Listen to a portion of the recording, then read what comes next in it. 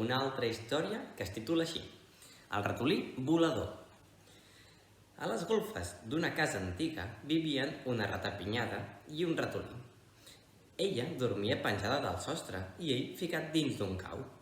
El ratolí creia que la ratapinyada tenia molta sort perquè, com que volava, podia veure el món tal com és. En canvi, ell, pobret, no veia mai res i sempre li deia a ella que tenia molta sort de poder volar.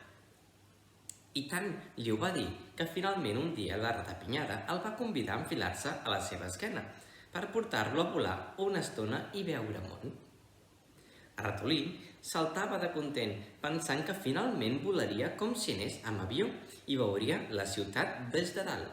Li feia una il·lusió. Quan la ratapinyada el va avisar, ell d'un salt li va pujar al damunt. Se li va agafar fort a les orelles i zum! Es va llançar a volar. I amunt, i avall, i avall, i amunt, ràpids com una fletxa. Però us penseu que el ratolí va veure gaires coses? Què en penseu? Va veure gaires coses? Doncs no va veure res de res, per dues raons. Per què? Per què no devia veure res? Va, us dono una estona perquè ho penseu.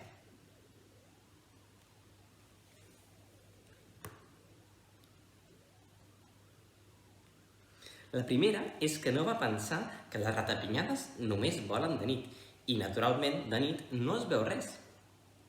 I la segona és que, com que volen en zig-zag d'aquella manera tan estranya, ell es va marejar tant que tota l'estona va anar amb els ulls tancats, de malament que es trobava. Són els que havíeu pensat?